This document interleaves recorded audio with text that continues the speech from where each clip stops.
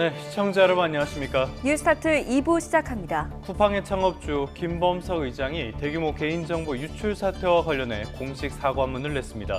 사건이 알려지고 한 달도 더 지난 시점입니다. 하지만 내일부터 진행되는 국회 청문회엔 불출석 의사를 전달했습니다.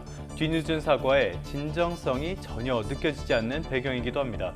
오늘부터 다시 청와대 시대가 열립니다. 3년 7개월 만에 대통령 집무실이 다시 청와대로 돌아오면서 봉황기와 대통령실 명칭도 함께 복귀했습니다.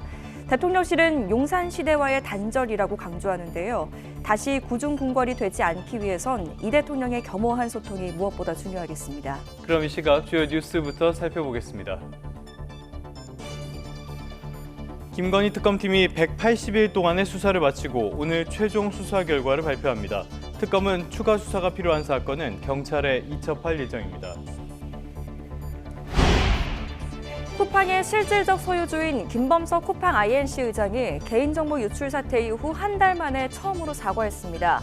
내일 국회 청문회에는 또 불출석을 통보했습니다. 기획예산처 초대장관 후보자에 보수 야당 출신인 이해훈 전 의원이 발탁됐습니다. 국민경제자문회의 부의장에는 중도 보수 성향의 김성식 전 의원이 임명됐습니다. 이재명 대통령이 오늘부터 청와대에서 근무합니다. 대한민국 국가 수반의 상징인 봉황기도 청와대에 개항됐습니다. 179명이 목숨을 잃은 제주항공 여객기 참사가 오늘로 1년이 됐습니다. 오늘 무안공항에서는 정부와 유가족이 여는 공식 추모식이 열립니다.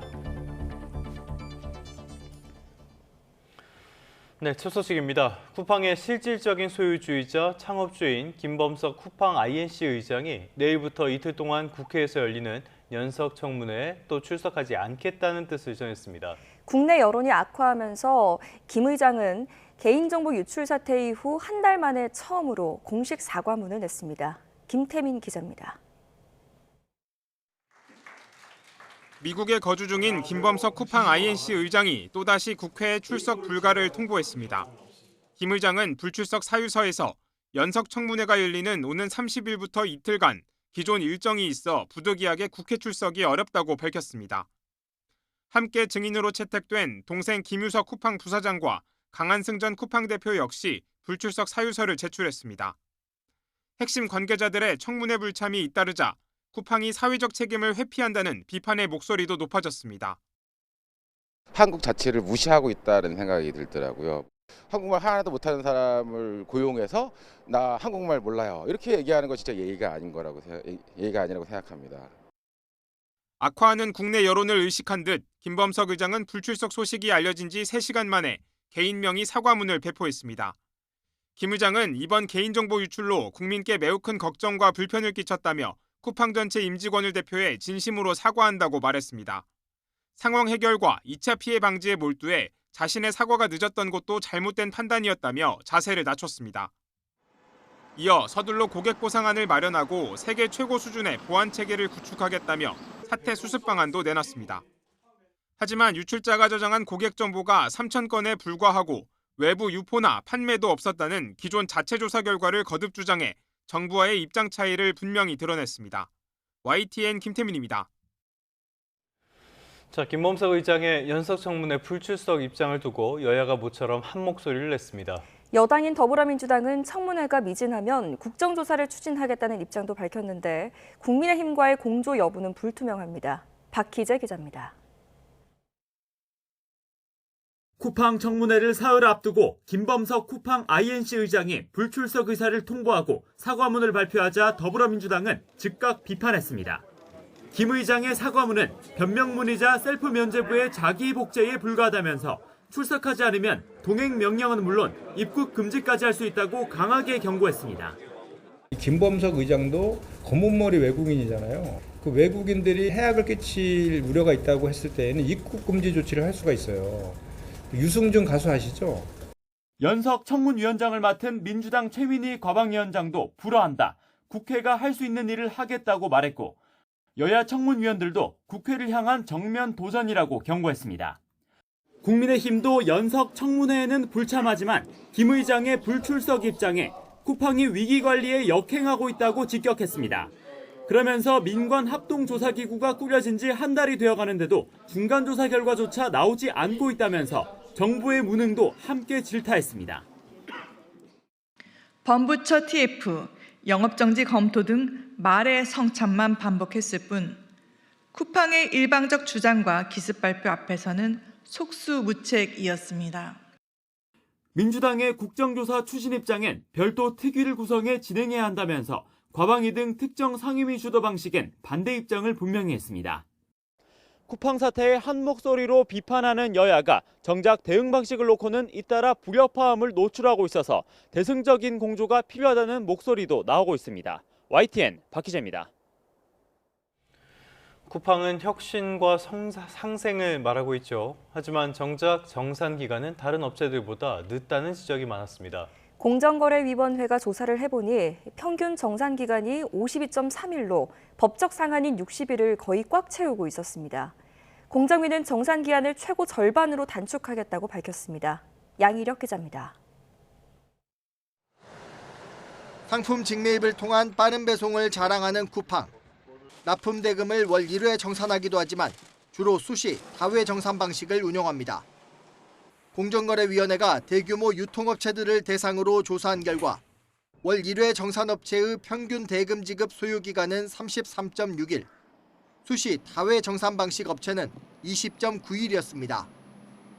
하지만 쿠팡을 비롯해 수시, 다회 정산 방식의 9개 업체가 법적 상한인 60일에 가깝게 대금을 주고 있었습니다.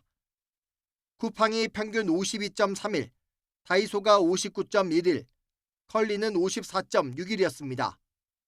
명품문고는 65.1일로 법정 기한을 초과했습니다.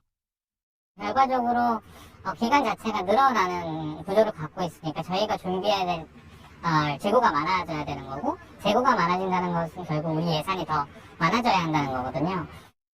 공정위는 특히 쿠팡의 경우 지난 2021년 법 개정으로 60일 규정이 생기자 종전에 50일 정도에 지급하던 대금 지급을 더 늦췄다고 밝혔습니다. 공정위는 대금 지급 기한을 대폭 줄이도록 법 개정을 추진합니다. 직매입의 경우 상품 수령일로부터 30일로 줄이되 월 1회 정산하는 경우는 매입 마감일인 월 말일로부터 20일로 예외를 두기로 했습니다.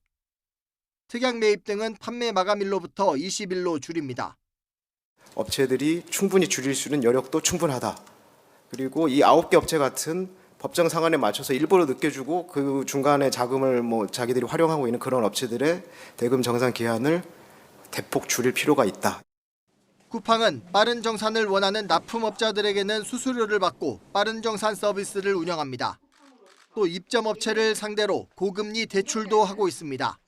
쿠팡에서 은행과 제휴한 외상매출담보대출 이런 거는 이자가 한 4%, 5%, 그다음에 선정산 서비스도 4%에서 5% 이 정도인데 여기만 유독 이렇게 연 8.9%, 9%에서 18.9% 사이 플랫폼 의존도를 이용해서 사실상 고금리 대부업하고 있는 거잖아요. 금융당국은 우월적 지위를 남용한 전형적 케이스로 보고 있다고 언급해 현장 점검 결과에 관심이 모입니다. YTN 양일혁입니다. 다음 소식입니다. 내년 초에 기획예산처 출범을 앞두고 있는데요. 장관 후보자로 보수야당 출신인 이해운 전 의원이 깜짝 발탁됐습니다. 국민경제자문회의 부의장에도 중도 보수 성향의 김성식 전 바른미래당 의원을 임명했습니다. 박공구 기자의 보도입니다. 기획재정부에서 분리돼 내년 1월에 출범할 기획예산처의 장관 후보자로 이해운 전 미래통합당 의원이 발탁됐습니다. 이 후보자는 한나라당과 새누리당 등에서 3선 의원을 지냈으며 지난 22대 총선에서도 국민의힘 후보로 서울 지역구에 출마했습니다. 대통령실은 이해운 후보자가 국회 예산결산특별위원회 간사와 KDI 연구위원 등을 지내 정책과 실무에 능통하다며 인선 배경을 설명했습니다. 최저임금법, 이자 제한법 개정안 등을 대표 발의하고 불공정 거래 근절과 민생 활성화 정책을 추진한 바 있습니다. 헌법기관인 국민경제자문회의 부의장에는 중도 보수 성향으로 18대와 20대 국회의원을 지낸 김성식 전 바른미래당 의원이 임명됐습니다. 대통령실은 김 전 의원이 소신과 개혁 성향을 갖췄다며 경제 위기 극복과 AI 전환의 적임자라고 평가했습니다. 그러면서 이해운, 김성식 두 사람의 인선은 통합과 실용을 중시하는 대통령의 철학이 반영된 결과라고 설명했습니다. 대통령의 국정의 인사 철학이라는 게 기본적으로는 통합이라는 부분하고 실용 인사라는 두 축이 있었습니다. 이분들이 경제 예산 분야에 누구보다도 전문가들로 꼽히는 분들이고요. 대통령 정무특보에는 민주당 육선 현역 의원으로 차기 국회의장 후보로도 거론됐던 조정식 의원이, 정책특보에는 이한주 경제인문사회연구회 이사장이 위촉됐습니다. 이 밖에 농림축산식품부 차관에는 김종구 전 농식품부 식량정책실장이, 국토교통부 2차관에는 홍지선 남양주시 부시장이 발탁됐습니다. 또 국가과학기술자문회의 부의장에는 핵융합 분야 전문가인 이경수 이네이블 퓨전 의장이 임명됐습니다. YTN 박홍구입니다. 국민의힘이 이재명 정부 초대 기획예산처 장관직을 수락한 이해운 전 의원을 제명했습니다.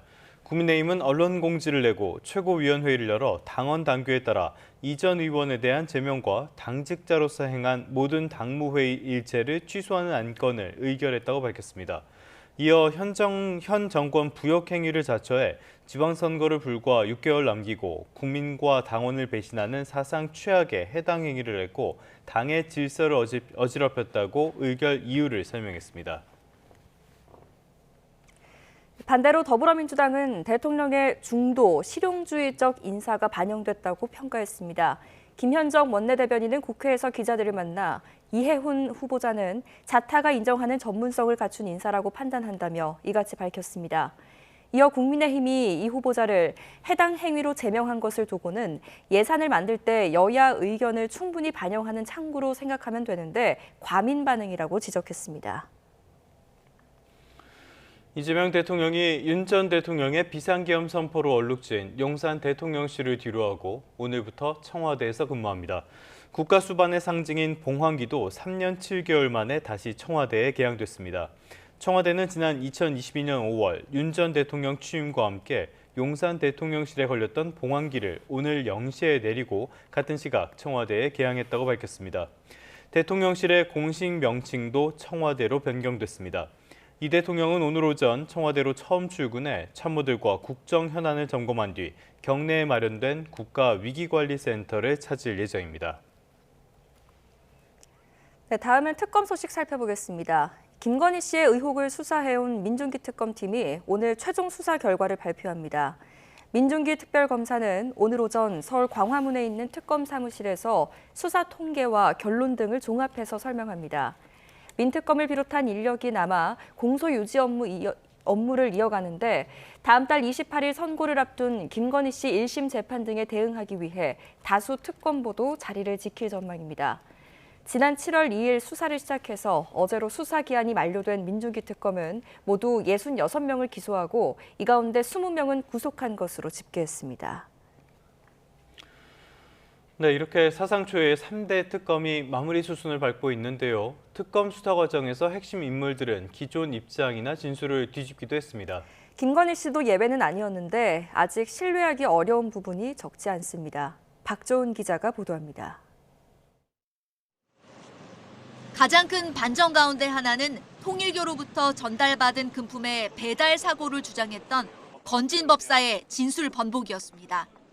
세계평화통일가족연합 측으로부터 금품을 받아 이를 피고인 김건희 측에게 전달하였고 이후 해당 물건 및 교환품을 돌려받았다는 취지의 의견서를 법원에 제출하였습니다.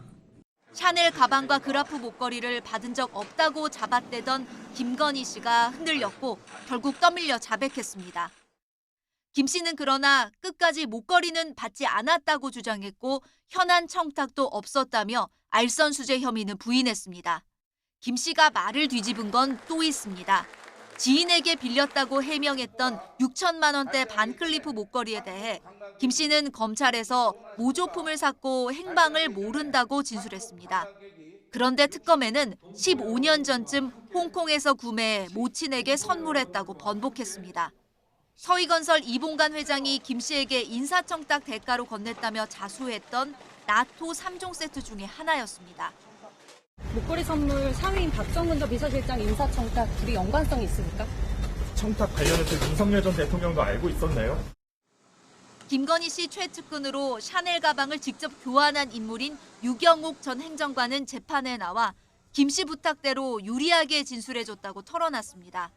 김영선 전 의원 공천과 관련해 윤석열 전 대통령과 소통하지 않았다던 윤상현 의원은 김건희 특검에 나와 관련 논의가 있었다는 점을 뒤늦게 인정하기도 했습니다. YTN 박조은입니다. 김건희 씨는 다음 달에 다시 한번 운명의 날을 맞게 됩니다. 가장 먼저 재판에 넘겨졌던 주가 조작과 통일교 청탁 의혹에 대한 선고 공판이 예정되어 있습니다. 최민기 기자입니다. 김건희 씨는 지난 9월 24일 처음으로 피고인석에 앉았습니다.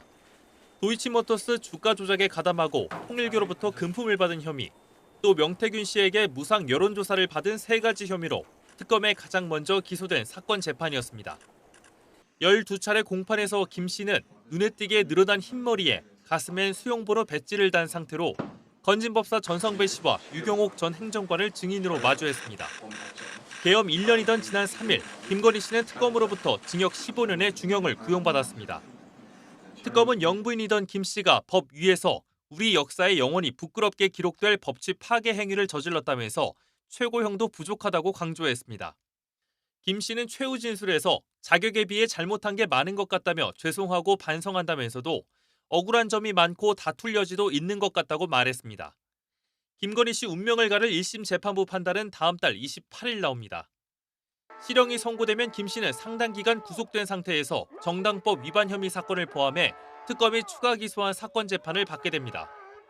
반대로 무죄나 집행유예가 선고되고 다른 혐의로 추가 구속되지 않으면 서초동 자택에서 법원을 오갈 수 있습니다. 건진법사를 통해 김 씨에게 금품을 건넨 윤영호 전 통일교 세계본부장과 통일교의 불법 정치자금을 받은 혐의로 재판에 넘겨진 권성동 의원에 대한 선고도 같은 날로 예정돼 있습니다. 특검 입장에서도 핵심 수사 대상으로 꼽혔던 사건들인 만큼 1심 선고에 이목이 쏠릴 수밖에 없습니다. YTN 최민기입니다. 네, 통일교 특검 도입을 둘러싸고 여야는 여전히 평행선을 달리고 있습니다. 그러면서 서로 시간 끌기라면서 니탁 공방도 이어가고 있습니다. 더불어민주당이 신천지 의혹까지 특검 수사 대상에 포함하자고 거듭 요구하자 국민의힘은 물타기 특검이라며 반발했습니다. 황보혜경 기자입니다. 지난 26일 민주당이 발의한 통일교 특검법에는 신천지 의혹이 포함되어 있습니다.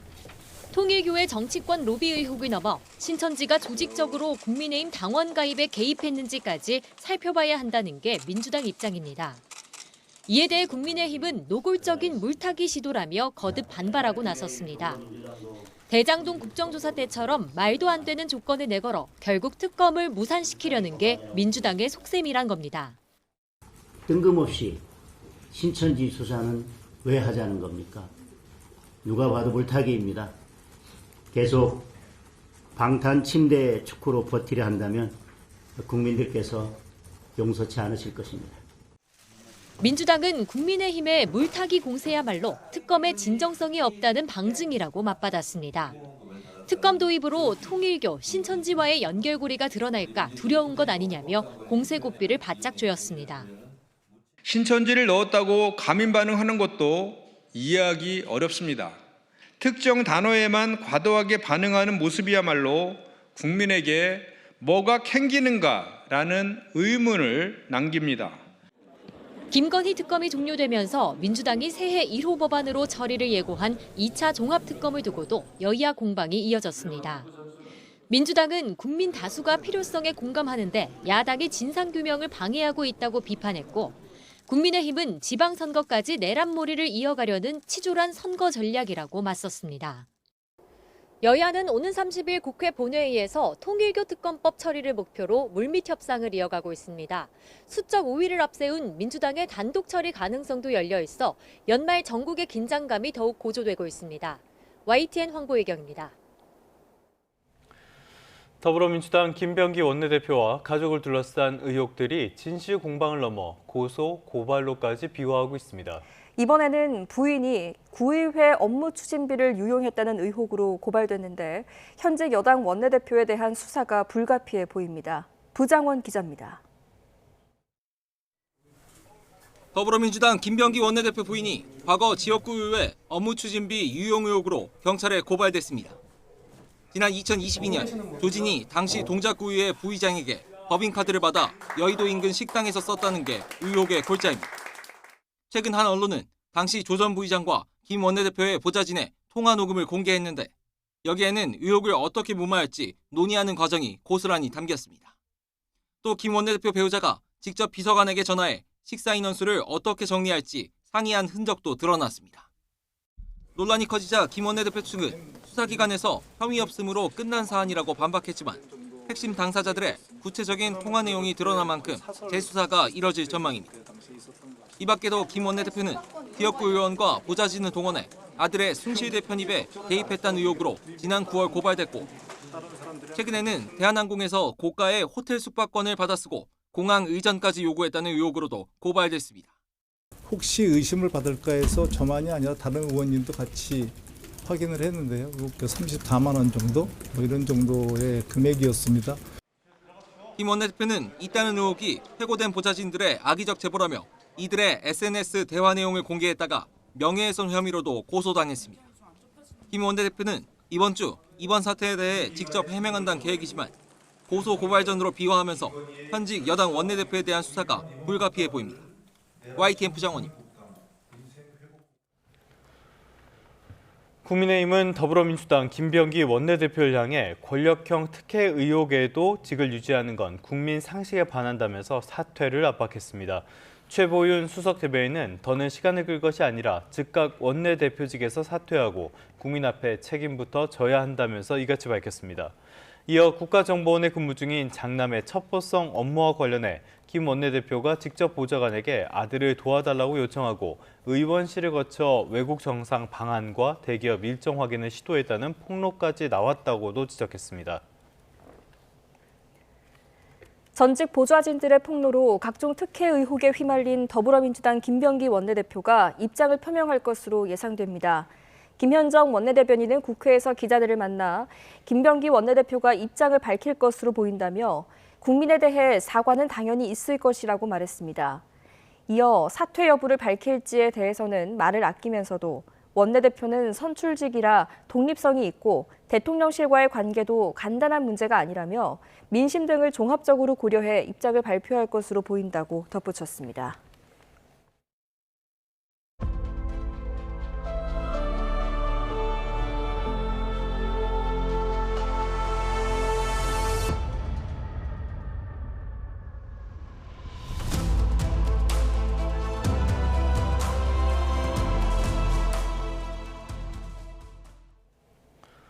네, 179명의 목숨을 앗아간 제주항공 여객기 참사가 일주기를 맞았습니다.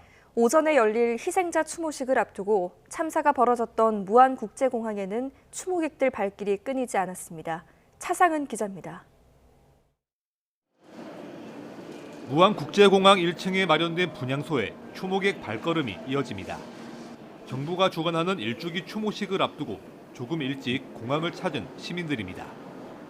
1년 전 오늘 179명의 목숨을 앗아간 대형 참사. 추모객 마음에 하나같이 깊이 새겨진 단어는 안전입니다. 마음은 대부분 비슷할 거라고 생각을 해요. 좀 이런 일이 없었으면, 좀 안전한 사회가 됐으면 그런 생각일 거라고 생각합니다. 사고 지점에서 얼마 떨어지지 않은 공항 울타리에는 그리움이 담긴 파란색 리본들이 내걸렸습니다. 추모객이 다녀갈 때마다 조금씩 늘어난 리본은 어느새 울타리를 가득 채웠습니다. 기억하겠습니다라고 썼고 아무래도 기억을 해야 이런 일이 반복되지 않으니까 그렇게 썼습니다. 참사가 벌어진 지 벌써 1년이지만 유가족은 여전히 차가운 공항 바닥에 친 텐트에 머물고 있습니다. 사고 원인이 제대로 밝혀지지 않았고 책임자 처벌도 이루어지지 않았다는 이유입니다. 오늘 기점으로 일주기가 추모의 의미가 아닌 진상규명과 책임자를 처벌할 수 있는 기점으로 저희 유가족들은 생각하고 있고요. 정부와 유가족이 여는 공식 추모식은 오늘 오전 10시 무안공항에서 거행됩니다. 1,200여 명이 참석해 희생자들을 애도하고 항공사고 재발 방지를 다짐할 예정인데 희생자에 대한 헌화와 추모 영상 상영, 추모사가 이어집니다.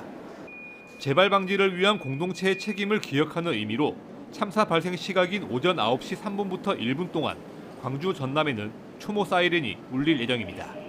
YTN 최상입니다. 울산 달동에 있는 아파트에서 불이 나 70대 남성이 숨졌습니다. 전북 순창군에선 싱크대 공장에서 난 화재로 일가족 3명이 중경상을 입었습니다. 밤사이 사건 사고 소식 윤웅성 기자가 보도합니다. 아파트에서 검은 연기가 뿜어져 나옵니다. 희뿌연 복도에선 소방관들이 전등에 의지해 진화 작업을 이어갑니다. 울산 달동에 있는 10층짜리 아파트 7층에서 불이 난 건 어제 오후 6시 50분쯤. 집안에서 70대 남성이 숨진 채 발견됐고 주민 50명이 긴급 대피했습니다.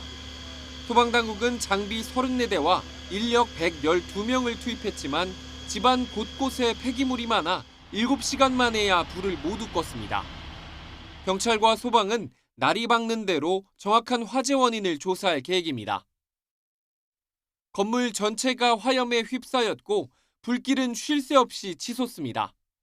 어제 오후 5시 반쯤 전북 순창군 남계리 싱크대 공장에서도 불이 났습니다. 이 불로 50대 여성과 남성 2명 등 일가족이 크고 작은 화상을 입어 병원으로 옮겨졌습니다. 화재와 함께 검은 연기가 멀리 퍼져나가면서 순창군은 안전에 유의하란 재난 문자를 발송하기도 했습니다. 어제 저녁 8시 50분쯤엔 강원 영월군 주천리 단독주택에서 불이 나 2시간 40여 분 만에 꺼졌습니다.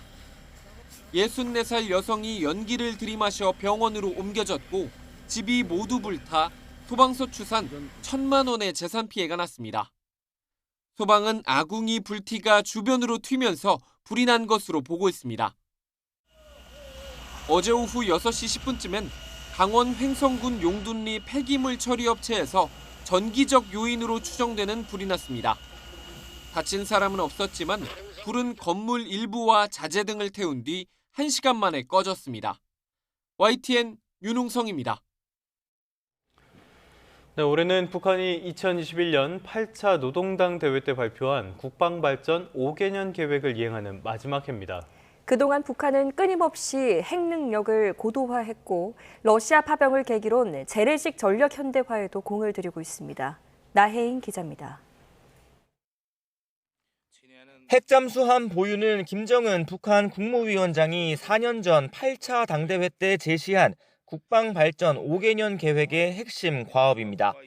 내년 초 9차 당대회를 앞두고 8,700톤급이라고 주장하는 핵잠수함 외형을 공개한 건 그동안의 성과를 과시하기 위한 행보로 분석됩니다. 핵추진 잠수함을 도입하려는 우리 군의 움직임과도 무관치 않습니다. 워싱턴과 합의된 한국의 핵잠수함 개발 계획은 조선반도 지역의 불안정을 더욱 야기시키게 될 것이며 이 밖에도 북한은 지난 5년간 핵탄두 소형화와 함께 이를 운반해 투발할 미사일을 다양화하는 데 주력했습니다. 잠수함 발사 탄도미사일은 물론 요격이 어려운 순항미사일과 극초음속 미사일을 전략무기로 쓰기 위해 수없이 시험 발사를 단행했습니다. 미국 본토를 겨냥한 대륙간 탄도미사일은 기습 발사가 가능한 고체 연료를 쓰고 파괴력을 키우는 방향으로 개량하고 있는데 핵심 기술인 대기권 재진입 능력은 아직 검증되지 않았습니다. 최강의 전략 핵무기 체계 대륙간 탄도미사일 화성포 20형 종대가 영찬 모습을 드러내고 있습니다. 북한이 야심차게 공언했던 정찰위성 추가 발사 역시 지난해 5월 실패한 뒤론 이행되지 않았습니다. 반면 계획에 없던 변수는 러시아 파병으로 북한군이 실전을 경험하게 됐다는 점입니다. 북한은 파병 대가로 러시아 군사기술을 얻어내며 처음 겪어본 무인기와 방공망 확충에 힘을 쏟고 있습니다. 북한의 새 국방 노선은 새해 9차 당대회에서 채택될 거로 보이는데 북한군은 이에 맞춰 또다시 열병식을 준비하는 거로 알려졌습니다. YTN 9입니다. 트럼프 대통령이 젤렌스키 우크라이나 대통령과 만나 우크라이나에 대한 강력한 안전 보장이 종전안에 담길 것이라고 밝혔습니다. 트럼프 대통령은 플로리다주 마러라고 리조트에서 젤렌스키 우크라이나 대통령과 만나 회담을 시작하기에 앞서 이같이 말했습니다. 트럼프 대통령은 우크라이나와 러시아가 합의에 이를 것이라고 생각한다며 종전안 협상이 마지막 단계에 있다고 밝혔습니다. 트럼프는 또 젤렌스키 우크라이나 대통령과의 양자 회담을 앞두고 푸틴 러시아 대통령과 통화했다고 밝혔습니다. 트럼프 대통령은 자신의 SNS를 통해 방금 푸틴 대통령과 아주 생산적이고 좋은 전화 통화를 했다고 적었습니다. 뉴욕 연말 거래에서 주가가 오르는 걸 산타 랠리라고 부르곤 합니다. 지난주 S&P 500이 사상 최고치를 3차례 넘어서면서 산타 랠리가 올해도 재현됐다는 평가가 나옵니다. 뉴욕에서 이승윤 특파원입니다. 뉴욕 증권거래소 통합운영본부 직원들이 거래 종료를 마치는 종을 울리는데 산타클로스 모자를 쓴 직원이 눈에 띕니다. 12월 24일은 올해의 산타 랠리가 시작된 날이기 때문입니다. 산타 랠리는 산타클로스가 투자자들에게 선물을 준 것처럼 연말 마지막 5거래일과 새해 첫 2거래일에 뉴욕 증시가 상승하는 현상을 말합니다. So when you go back to 1952, you see the last trading days of the year, on average, about a 7.71% rise, 71% of the time. Interesting. 실제로 대형주 중심의 S&P 500 지수는 산타 랠리를 전후로 지난주에만 사상 최고치를 3번이나 경신하며 1.4% 올랐습니다. 기술주 중심의 나스닥 종합지수도 1.2%, 우량주 중심의 다우존스 산업평균 지수 역시 1.2% 상승하며 산타 랠리의 시작을 알렸습니다. 산타 랠리의 이유는 크게 3가지. 11월부터 12월 중반까지 세금을 위해 손실이 발생한 종목을 매도하고 연말 결산을 앞두고 자산 구성을 손질하는 기간이 끝나면 주가가 오릅니다. 연말 보너스가 증시에 유입되고 연말 휴가철엔 거래량이 줄어들어 작은 매수만 있어도 주가가 쉽게 오르기 때문입니다. 이 같은 흐름은 올해 마지막 3거래일에도 이어질 가능성이 크다고 월가는 분석하고 있습니다. 주요 주가 지수가 사상 최고치를 경신했거나 바짝 다가선 상황인 만큼 최고치를 경신하자는 심리가 강하기 때문입니다. 이번 주에는 증시에 악영향을 줄 만한 소재가 눈에 띄지 않는 점도 연초까지 산타 랠리를 기대하게 만드는 요인으로 꼽히고 있습니다. 뉴욕에서 YTN 이승윤입니다. 네, 미국 뉴저지주 남부에서 헬기 2대가 공중에서 충돌해 한 명이 숨졌다고 미국 언론들이 일제히 보도했습니다. 뉴저지주 해먼튼 시청은 미 동부 시간으로 28일 오전 11시 반쯤 해먼튼 지역에서 헬기 2대가 하늘에서 충돌했다는 신고를 접수한 뒤 소방대가 헬기 추락 지역에서 불을 껐다고 밝혔습니다. 헬기 탑승자 가운데 한 명이 숨졌고요. 한 명은 위독한 상태로 인근 병원으로 이송됐다고 해먼튼 당국이 전했습니다. 오늘 출근길엔 중부를 중심으로 비나 눈이 오겠습니다. 현재 수도권과 강원도에 내리는 눈비는 오전 중 그 밖의 중부지방과 전북, 경북 서부 지역으로 확대되겠습니다. 강원 내륙과 산간에는 많은 눈이 예상되면서 대설특보도 내려졌는데요. 오늘 오후까지 강원 내륙에 최고 5cm, 산간 지역에는 2에서 7cm의 많은 눈이 오겠습니다. 비의 양은 5mm 안팎으로 적겠지만 도로가 미끄러워서 교통 안전에는 유의하셔야겠습니다. 오늘 전국이 대체로 흐린 가운데 동해안 지역은 대기 건조함이 계속되겠습니다. 오전에는 중서부 지역부터 스모그가 유입되면서 차츰 전국에서 대기질이 나쁨 수준으로 오르겠습니다. 오늘도 추위 걱정은 없습니다. 현재 서울이 3.8도, 대구 0.2도로 출발하고 있습니다. 낮 기온은 서울 8도, 광주 13도, 부산은 14도까지 오르겠습니다. 비가 그친 뒤에는 대체로 맑은 하늘이 함께하겠습니다. 다만 주 중반부터 다시 영하 10도 안팎의 강추위가 찾아올 전망입니다. 날씨였습니다. 이 시각 주요 뉴스입니다. 김건희 특검팀이 180일 동안의 수사를 마치고 오늘 최종 수사 결과를 발표합니다. 특검은 추가 수사가 필요한 사건은 경찰에 이첩할 예정입니다. 쿠팡의 실질적 소유주인 김범석 쿠팡 INC 의장이 개인정보 유출 사태 이후 한 달 만에 처음으로 사과했습니다. 내일 국회 청문회에는 또 불출석을 통보했습니다. 기획예산처 초대 장관 후보자에 보수 야당 출신 이해훈 전 의원이 발탁됐습니다. 국민경제자문회의 부의장에는 중도 보수 성향의 김성식 전 의원이 임명됐습니다. 이재명 대통령이 오늘부터 청와대에서 근무합니다. 대한민국 국가수반의 상징인 봉황기도 청와대에 개양됐습니다.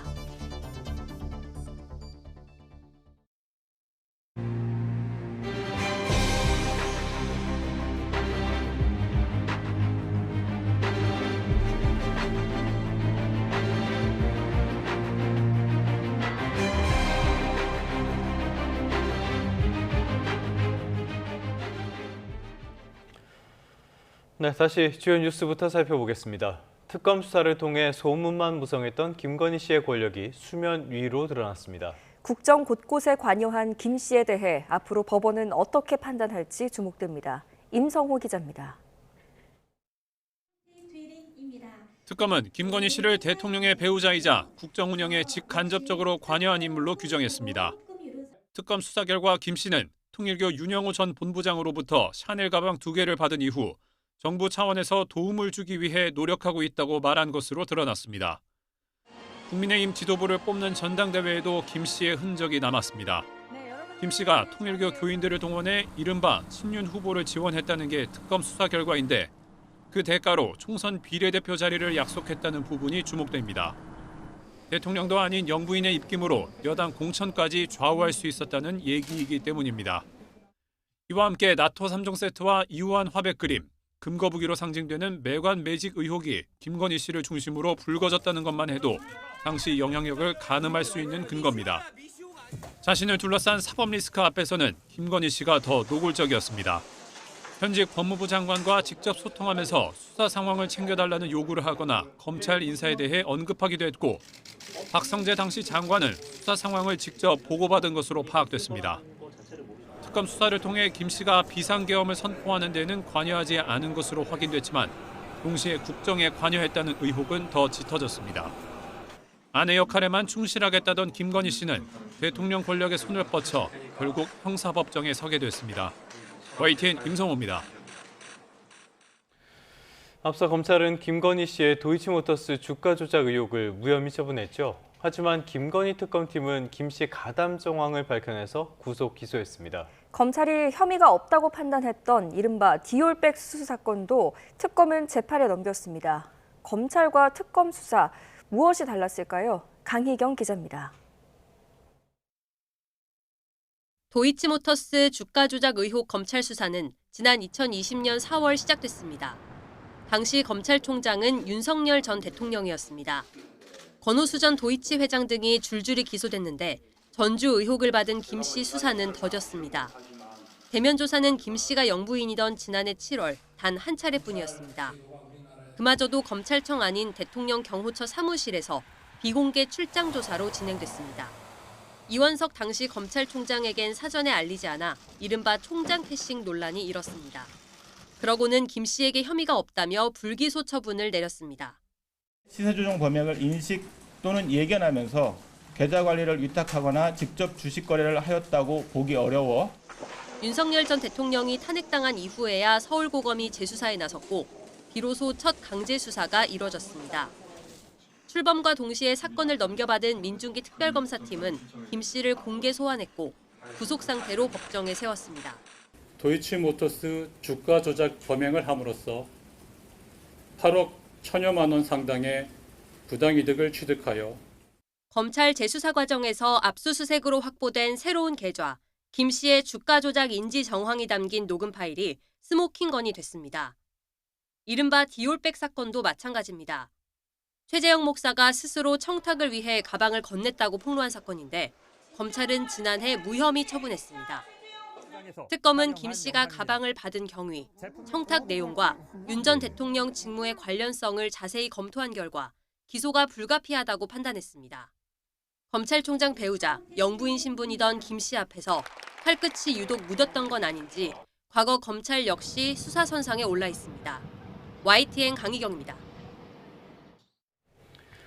김건희 특검팀은 김 씨 관련 의혹을 수사하면서 여러 범죄 혐의들을 밝혀냈습니다. 하지만 편파 수사에 늑장 수사 의혹이 불거지며 민중기 특검 본인도 고위공직자범죄수사처의 수사를 받게 됐습니다. 이경국 기자입니다. 민중기 특검팀은 지난 7월 수사 개시 뒤 김건희 씨 관련 전방위 수사를 벌였습니다. 주요 수사 대상인 도이치모터스 주가 조작, 공천 개입, 건진법사 청탁 의혹 등과 관련해 발빠르게 강제 수사와 소환 조사에 나섰습니다. 이를 토대로 수사 개시 약 한 달 만에 김 씨를 전격 소환했습니다. 저같이 아무것도 아닌 사람이 이렇게 심려를 끼쳐서 진심으로 죄송합니다. 특검은 이튿날 곧장 구속영장을 청구했고 이로부터 닷새 뒤 정점 김 씨의 신병을 확보했습니다. 8월 말 김 씨를 1차로 기소한 특검은 이후 김 씨가 청탁 대가로 귀금속 등을 받았다는 매건 매직 의혹 규명에 주력했습니다. 그리고 지난 26일 김 씨를 알선수재 혐의로 추가 기소하며 관련 수사를 마무리했습니다. V제로 김 씨의 혐의를 밝혀낸 민중기 특검. 하지만 막판 불거진 논란에 특검 본인도 수사선상에 올랐습니다. 지난 8월 통일교 관계자로부터 국민의힘뿐 아니라 민주당 정치인에게도 로비를 시도했다는 진술을 확보하고도 수사하지 않았다는 의혹이 불거졌기 때문입니다. 특검은 수사 대상이 아니었다며 사건을 부랴부랴 경찰로 넘겼지만 결국 야당으로부터 직무유기 혐의로 고발당했습니다. 수사에 나선 공수처는 26일 민특검과 수사팀 사무실을 압수수색해 PC 등을 확보했고 당시 내부에서 어떤 소통이 있었는지 집중적으로 확인한다는 방침입니다. 추가 압수수색과 특검 관계자 소환 등 관련 수사는 조만간 더욱 본격화할 전망입니다. 공수처 관계자는 민특검을 조사하지 않고 사건을 마무리할 수는 없을 거라며 어떤 식으로든 조사가 이루어질 거라고 설명했습니다. YTN 이경국입니다.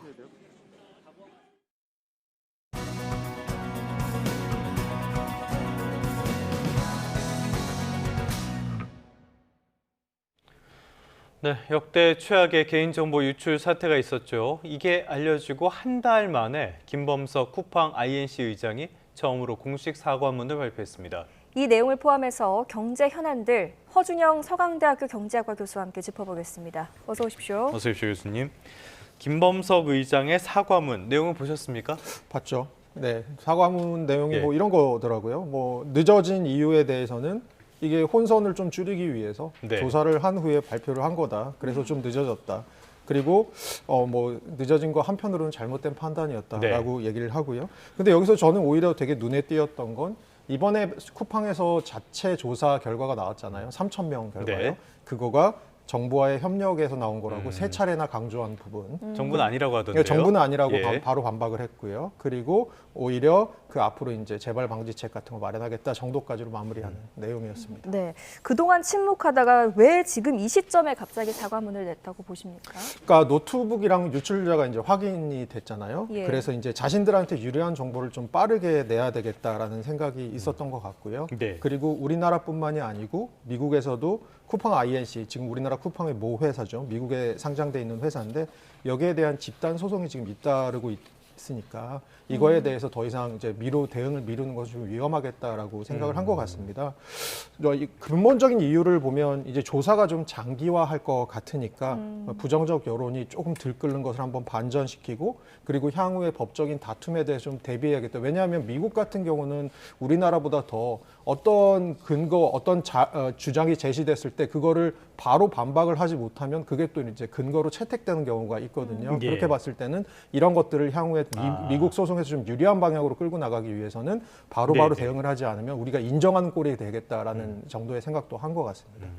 여러 가지로 이렇게까지 진정성이 없는 사과문은 정말 보기가 어려운 것 같은 그런 느낌도 듭니다. 쿠팡에서 이례적으로 노트북 수색 영상 같은 것들도 공개를 했고요. 앞서도 언급을 해주신 것처럼 쿠팡의 설명이 쿠팡은 정부랑 협조를 했다, 정부는 전혀 아니다 이렇게 반박을 하고 있고요.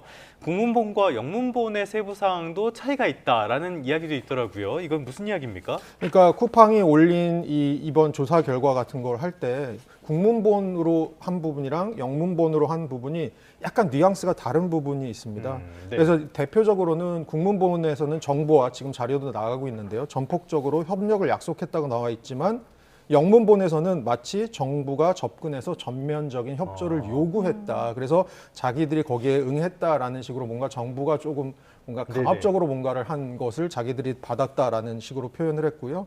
또 하나는 쿠팡 같은 경우는 언론이 굉장히 뭔가 자기들을 조금 잘못된 비판을 하고 있다라는 식으로 falsely라는 말을 굉장히 자주 2번 이상 쓰고 있습니다. 사실은 잘못되거나 허위적인 비난이라고 자꾸 강조를 하고 있는데요. 이것 또한 제가 아까 말씀드린 것처럼 사실은 이 소송이 진행되었을 때 징벌적 손해배상 같은 기준으로 봤을 때는 미국에서 만약에 이 소송이 채택이 되게 된다면 쿠팡이 물어야 할 배상 책임, 보상 책임이 훨씬 크게 됩니다. 그렇게 봤을 때는 한국보다는 다른 한국에 딛고 있으면서 자꾸 시선은 미국에 가 있는 것이 아닌지라는 생각을 할 수밖에 없는 그런 부분입니다. 매출액은 전부 다 한국에서 나오잖아요. 매출액의 뭐 90% 이상은 한국과 관련된 매출이죠. 네, 저런 차이가 계속 공개가 되면 오히려 신뢰 문제가 생길 것 같기도 한데 이런 와중에 미국에서 보도가 된 뒤에는 쿠팡 주가가 6% 가까이 급등했습니다. 이건 왜 그런 건가요? 이게 이제 정부랑 협력을 하고 있다는 것을 쿠팡이 계속 강조하는 이유 중에 하나인 것 같아요. 네. 예를 들어서 쿠팡 주식 같은 경우, 쿠팡 INC 주가 같은 경우는 저희 이거 공식 발표, 유출 사실이 공식 발표되기 이전이었던 11월 28일 날 28.16달러였더라고요, 주당. 근데 이게 23일 기준으로 22.43달러로 한 5분의 1 토막이 떨어졌어요. 그러다가 이제 최근에 다시 6% 반등을 했는데 저 반등한 이유가 뭐냐면 미국 매체들의 분석은 쿠팡이 한국 정부와 적극적으로 협조를 한 상태에서 한국 정부의 공인을 얻은 조사 결과를 발표를 했고 미국 입장에서는 그러면 이쪽에 있어서 리스크 하나, 이 조사와 관련된 리스크 하나가 조금 넘어가는 분위기구나라고 생각해서 쿠팡에 대해서 다시 이제 주가가 좀 뛴 부분이 있다라는 겁니다. 근데 사실 지금 저희가 오늘 앵커 분들이랑 저랑 얘기 나누는 것도 사실 이거 쿠팡이 굉장히 자신들의 주장을 지금 하고 있는 거잖아요. 그런 측면에서는 지금 미국에서 주가 관리조차도 이 저희의 대응과 쿠팡의 대응과 연동되어 있는 부분이 아닌가. 그리고 한마디로 아까 말씀드린 것처럼 자꾸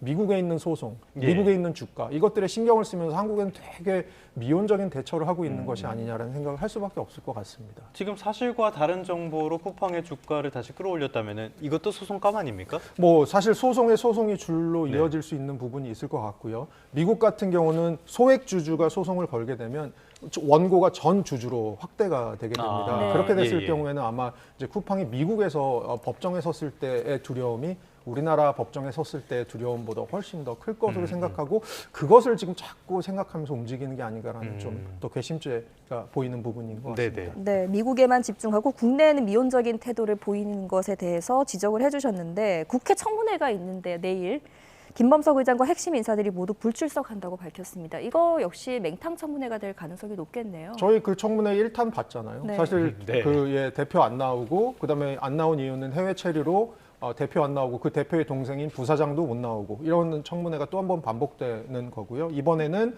박대준 전 쿠팡 대표 그리고 얼마 전에 I'm happy to answer라고 얘기했던 그 미국인인 헤럴드 로저스 임시 대표가 또다시 나온다고 합니다. 그러면 뭐 무슨 일이 벌어질지는 안 봐도 저희는 뻔하다고 생각을 하고요. 그래서 지금 민주당에서 하고 있는 얘기는 뭐냐면 국정조사하겠다. 국정조사는 이제 국정감사처럼 정기적으로 열리는 건 아니고 특정 사안이 있을 때 하는 건데요. 제적의원 4분의 1 이상이 찬성하면 할 수 있는 지금 국민의힘에서도 이것에 대해서는 아마 찬성하고 있는 것이라고 판단하고 있는 것 같습니다. 그래서 국정조사를 하거나 아니면 동행명령장 발부를 통해서 강제적으로 데리고 나오거나 해서 대표의 책임을 좀 캐묻겠다라는 그런 지금 안을 갖고 있습니다.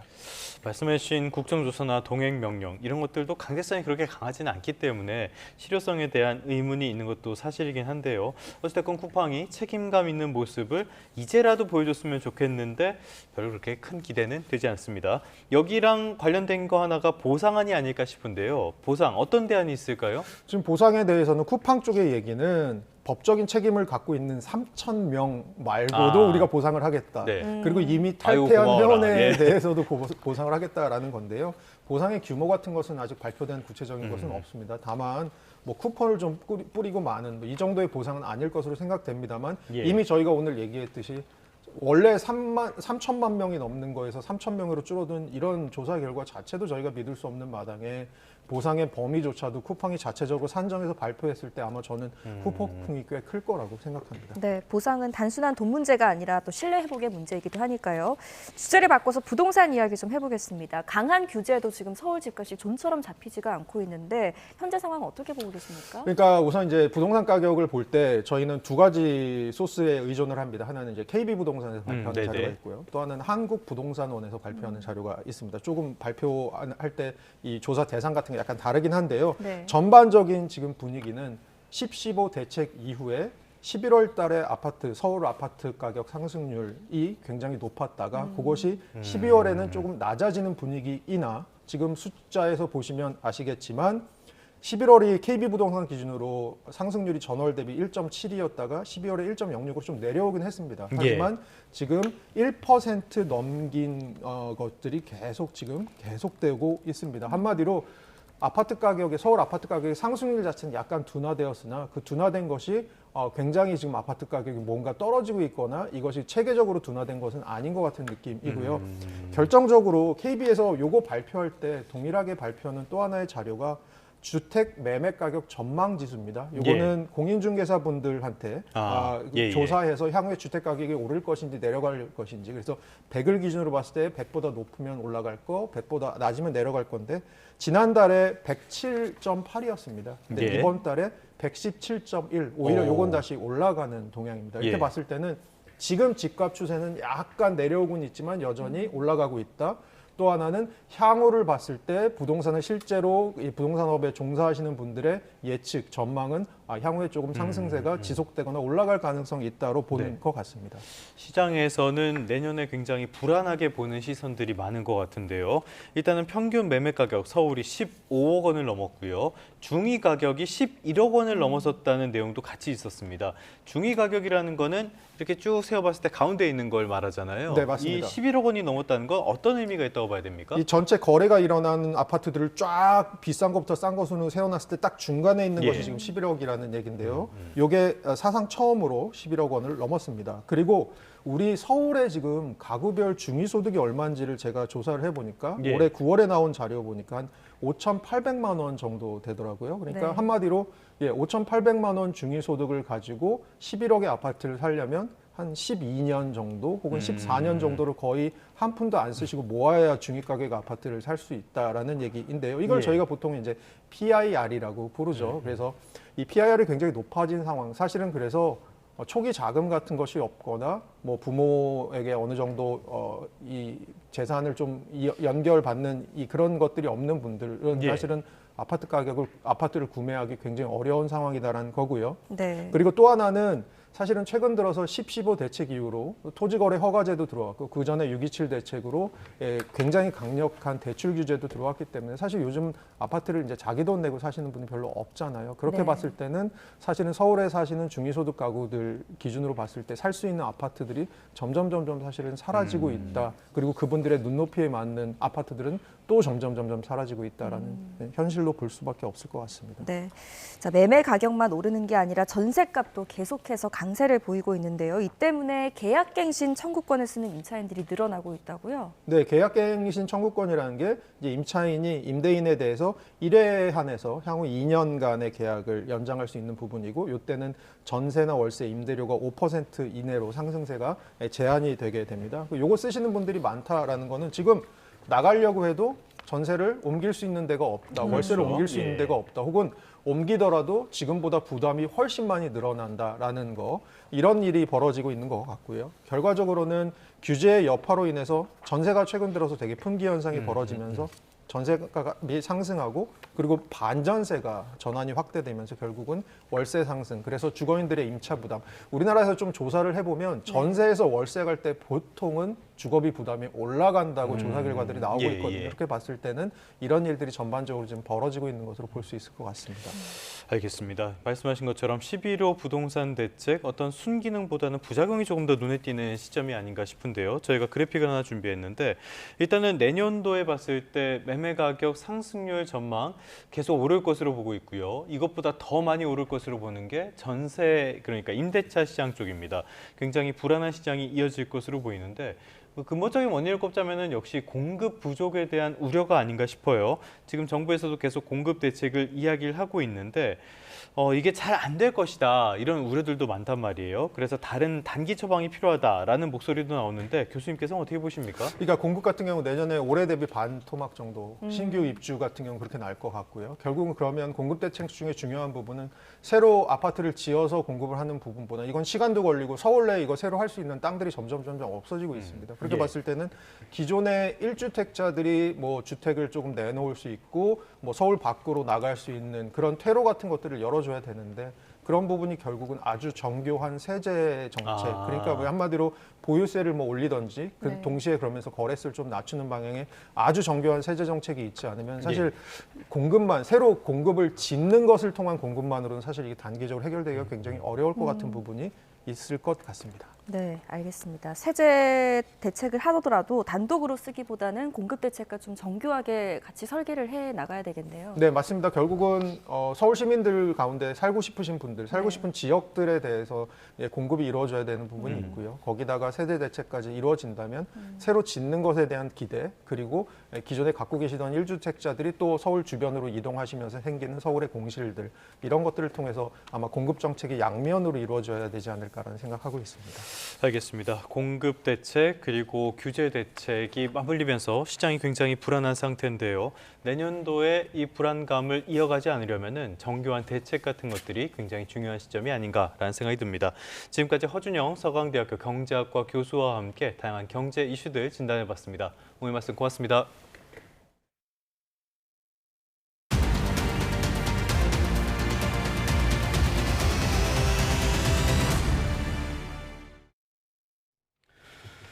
네, 올해는 사상 초유의 국가 전상망 마비 사태부터 여객기 화재, 전투기 오폭 사고까지 그야말로 다사다난했습니다. 운항 중이던 대형 여객선이 좌초하는가 하면 차량 돌진 사고도 잇따랐습니다. 올해 있었던 주요 사건 사고 소식들 오승훈 기자가 정리했습니다. 지난 9월 대전 국가정보자원관리원 전산실에 불이 났습니다. 이 화재로 사상 초유의 국가 전산망 마비 사태가 발생했습니다. 정부24와 국민신문고 등 행정 시스템 709개가 운영을 멈추며 국민이 큰 불편을 겪었습니다. 조사 결과 배터리 전원을 모두 끄지 않고 작업하다 불이 난 인재로 결론 났고 경찰은 국정자원 원장 등 19명을 업무상 실화 등 혐의로 검찰에 넘겼습니다. 설 연휴 기간 김해공항을 출발해 홍콩으로 가려던 에어부산 항공기에서 불이 났습니다. 당시 기내에는 176명이 타고 있었는데 승객과 승무원 등 7명이 다쳐 병원에서 치료를 받았습니다. 선반에 있던 보조 배터리에서 불이 시작된 것으로 확인돼 항공사들이 보조 배터리 기내 반입 절차와 관리를 강화하는 계기가 됐습니다. 지난달 전남 신안 앞바다에서는 대형 여객선이 무인도에 좌초됐습니다. 이 사고로 탑승객 267명 중 30명이 통증을 호소해 병원에서 치료를 받았습니다. 사고 당시 60대 선장은 조타실이 아닌 선장실에 머물렀던 것으로 조사됐고 선장과 1등 항해사, 조타수 중 3명이 구속 상태로 검찰에 넘겨졌습니다. 지난 3월 경기 포천에서는 한미 연합훈련 중이던 공군 전투기에서 발사된 폭탄 8발이 민가에 떨어졌습니다. 이 사고로 민간인 40명과 군인 26명 등 66명이 다쳤고 건물 200여 채가 파손되는 재산 피해가 났습니다. 조종사들이 전투기에 표적 좌표를 잘못 입력한 데다 좌표 재확인 절차를 이행하지 않아 발생한 최악의 민가 오폭 사고로 기록됐습니다. 갑작스러운 차량 돌진 사고도 잇따랐습니다. 지난달 경기 부천 제일시장에서는 60대 운전자가 몰던 1톤 화물차가 상점 쪽으로 돌진해 4명이 숨지고 18명이 다쳤습니다. 같은 달 제주 우도 천진항에서도 60대 운전자가 몰던 승합차가 배에서 내리전 중 돌진해 관광객 등을 덮쳐 3명이 숨지고 11명이 다쳤습니다. 부천 운전자는 변속기와 가속 페달을 잘못 조작한 것으로 조사돼 구속 상태로 검찰에 넘겨졌고, 제주 운전자는 경찰 조사에서 급발진을 주장했지만 경찰은 여러 가능성을 열어두고 수사를 이어가고 있습니다. YTN 오승훈입니다. 네, 조금 전에 들어온 소식 전해드리도록 하겠습니다. 북한이 또 한 번 무력 도발에 나섰다는 소식입니다. 북한이 서해상에서 장거리 전략 순항 미사일을 시험 발사했다고 밝혔는데요. 조선중앙통신이 밝힌 내용이고요. 김정은 위원장도 참석한 가운데 미사일 발사 훈련을 진행했다고 설명했습니다. 전략 순항 미사일들이 서해상공에 설정된 비행 궤도를 따라서 비행해 표적을 명중 타격했다고 주장했는데요.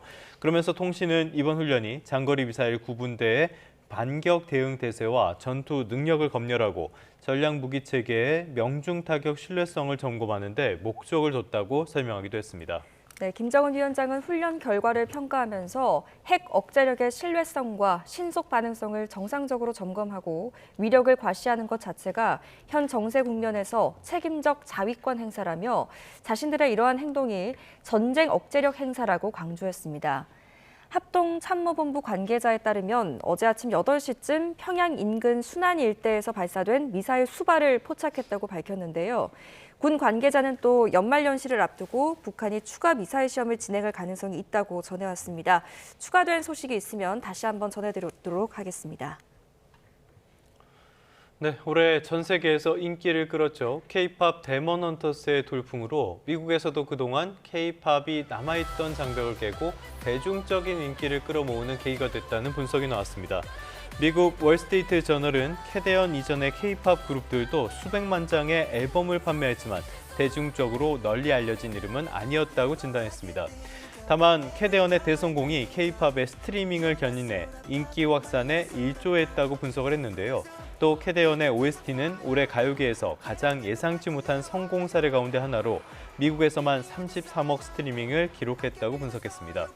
이어서 특히 K-팝에 전혀 관심이 없던 팬들까지 끌어모으며 K-팝을 미국인들의 의식에 더 깊숙하게 밀어넣었다고 평가하기도 했습니다.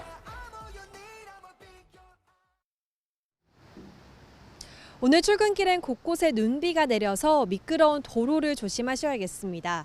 현재는 일부 중부지방에만 산발적으로 눈비가 내리고 있는데요. 오전 중 그 밖에 전북 지역과 경북 서부 지역에도 눈이나 비가 확대될 것으로 전망됩니다. 특히 강원 영서 지역에는 많은 눈이 예고됐습니다. 도로 살얼음은 물론 빙판길에도 주의하셔야겠습니다. 눈비는 오늘 오후까지 이어지는 곳이 많겠습니다. 비의 양은 5mm 안팎으로 적겠지만 강원도에는 많은 눈이 오겠는데요. 앞으로 영서 북부에 최고 5cm의 눈이 오겠고요. 대설 예비특보가 내려진 강원 산간 지역에는 2에서 7cm의 눈이 내려 쌓이겠습니다. 오늘도 추위 걱정은 없겠습니다. 현재 서울이 3.9도, 대전은 1.2도로 출발하면서 예년 기온을 4에서 8도가량 웃돌고 있습니다.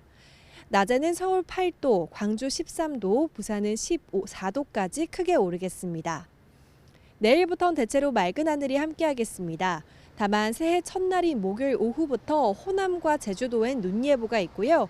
주 중반부터는 다시 강추위가 찾아올 것으로 전망됩니다.